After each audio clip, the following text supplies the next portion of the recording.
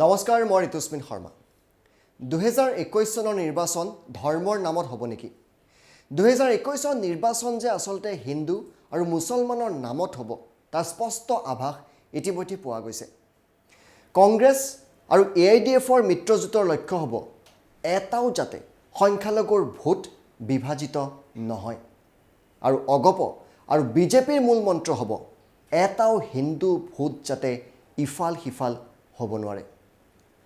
আজি 2016 চনৰ বিধানসভা নিৰ্বাচনৰ কেইটামান হিচাপ আপোনালোকৰ সন্মুখত দাঙি ধৰিম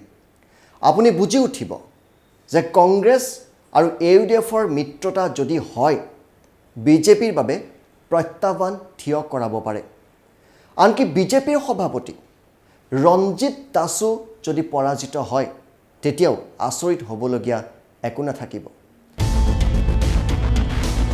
এই কথাখিনি আমি এনেই কোৱা নাই বহুতে কয়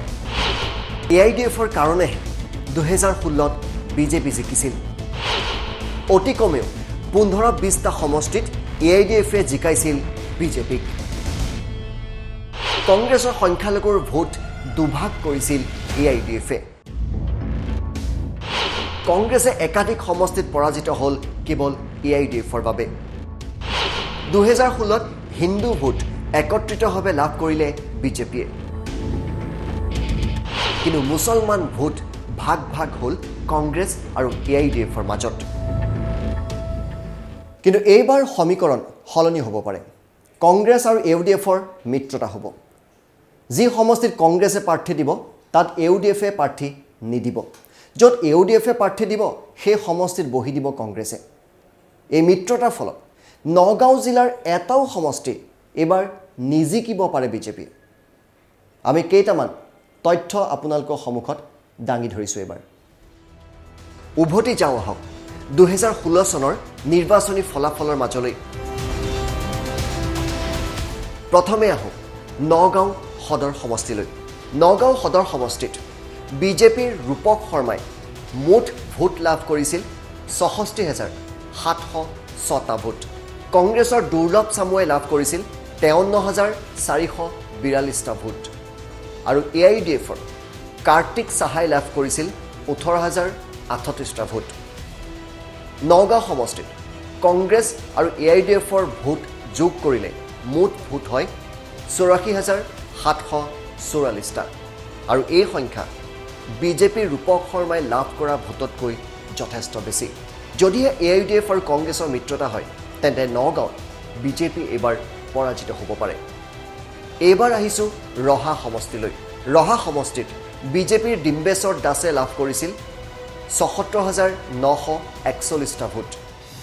কংগ্ৰেছৰ শশীকান্ত দাসে লাভ কৰিছিল ৪৩,৮৬৭টা ভোট আৰু AIDFৰ গুণেশ্বৰ দাসে লাভ কৰিছিল ৩৮,৭৬৭টা ভোট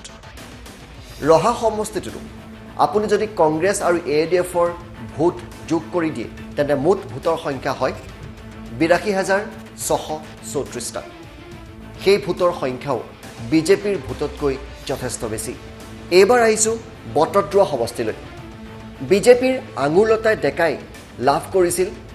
৪৬,৩৪৩টা ভোট কংগ্ৰেছৰ গৌতম বৰে লাভ কৰিছিল ৪০,৪৫৮ ভোট আৰু AIDFৰ নাজিৰুদ্দিন আহমেদে লাভ কৰিছিল ৩৮,০২২টা ভোট মাত্ৰ কেইটামান ভোটৰ ব্যৱধানতে আঙুৰলতা ডেকা জয় হৈছিল কিন্তু বটদ্ৰৱা সমষ্টিত কংগ্ৰেছ আৰু AIDF যদি আপুনি যোগ কৰি দিয়ে তেন্তে মুঠ ভোটৰ সংখ্যা হয় ৭৮,৪৮০টা আৰু এই সংখ্যা বিজেপিয়ে লাভ কৰা ভোটতকৈ যথেষ্ট বেছি এইবাৰ আহিছোঁ বিজেপিৰ ৰাজ্যিক সভাপতি ৰঞ্জিত দাসৰ সৰভোগ সমষ্টিলৈ বিগত বিধানসভা নিৰ্বাচনত বিজেপিৰ ৰঞ্জিত দাসে লাভ কৰিছিল ৫৬,৪৫৪টা ভোট কংগ্ৰেছৰ অনুৰূপা হানানে লাভ কৰিছিল ৩৬,৯২৮টা ভোট CPIMৰ মনোৰঞ্জন তালুকদাৰে লাভ কৰিছিল ২৯,০৮২টা ভোট আৰু AIDFৰ শামছুল হকে লাভ কৰিছিল ১৭,৫০৪টা ভোট সৰভোগ সমষ্টিত কংগ্ৰেছ AIDF আৰু CPIMৰ এই বিৰোধী ভোট যদি আপুনি একলগ কৰি দিয়ে তেন্তে মুঠ ভোটৰ সংখ্যা হ'বগৈ ৮৩,০ 514টা সমষ্টি আৰু তেনে ক্ষেত্ৰত 2021ত হয়তো পৰাজিত হৈ থাকিব পাৰে খুদ ৰঞ্জিত দাসো ইপিনে একেধৰণে সমীকৰণ মঙলদৈ সমষ্টিটো বিজেপিৰ গুৰুজ্যোতি দাসে 2016ত লাভ কৰিছিল 73,423টা ভোট কংগ্ৰেছৰ বসন্ত দাসে মুঠ ভোট পাইছিল 51,378টা ভোট আৰু AIDFৰ হিৰেন দাসে লাভ কৰিছিল 48,417টা ভোট মঙলদৈ সমষ্টিটো কংগ্ৰেছ আৰু AIDFৰ ভোট যদি যোগ কৰি দিয়া হয় তেন্তে মুঠ ভোট হৈ গৈ 99,795টা ভোট আৰু সেই ভোটো গুৰুজ্যোতি দাসে লাভ কৰা ভোটতকৈ যথেষ্ট বেছি কেৱল যে বিজেপিৰ ক্ষেত্ৰতে এনে হৈছে তেনে নহয় অগপৰো একাধিক বিধায়ক জয়ী হৈছিল সংখ্যালঘুৰ ভোট বিভাজিত হোৱাৰ বাবে আহিছো বৰপেটা সমষ্টিলৈ বৰপেটাৰ অগপৰ গুণীন্দ্ৰনাথ দাসে বৰপেটা সমষ্টি লাভ কৰিছিল 63,536টা ভোট কংগ্ৰেছৰ ৰহিম আহমেদে লাভ কৰিছিল 57,573টা ভোট আৰু AIDFৰ আব্দুল ৰহিম খানে লাভ কৰিছিল 37,697টা ভোট আৰু এই ক্ষেত্ৰতো আপুনি কংগ্ৰেছ আৰু AIDFৰ ভোট যদি একলগ কৰি দিয়ে তেন্তে অগপৰ গুণীন্দ্ৰনাথ দাসে লাভ কৰা ভোটতকৈ যথেষ্ট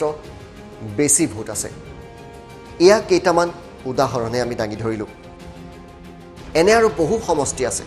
য'ত সংখ্যালঘু ভোট ভাগ ভাগ হৈ যোৱাৰ বাবেই সেই সমষ্টিসমূহত কংগ্ৰেছ বা AIDF পৰাজিত হ'ল আৰু বিজেপি বা অগপ প্ৰাৰ্থী জয়ী হৈছিল নহ'লে এনেবোৰ সমষ্টিত হয়তো কংগ্ৰেছ বা AIDF জয়ী হ'লহেঁতেন কেৱল সেয়াই নহয় 2016 চনৰ বিধানসভা নিৰ্বাচনত বিজেপি আৰু অসম গণ পৰিষদে একলগ হৈ লাভ কৰা মুঠ ভোটৰ সংখ্যা আছিল 70,35,724টা ভোট 2016 চনত কংগ্ৰেছে লাভ কৰিছিল 52,38,655টা ভোট আৰু AIDFে লাভ কৰিছিল 22,07,945টা ভোট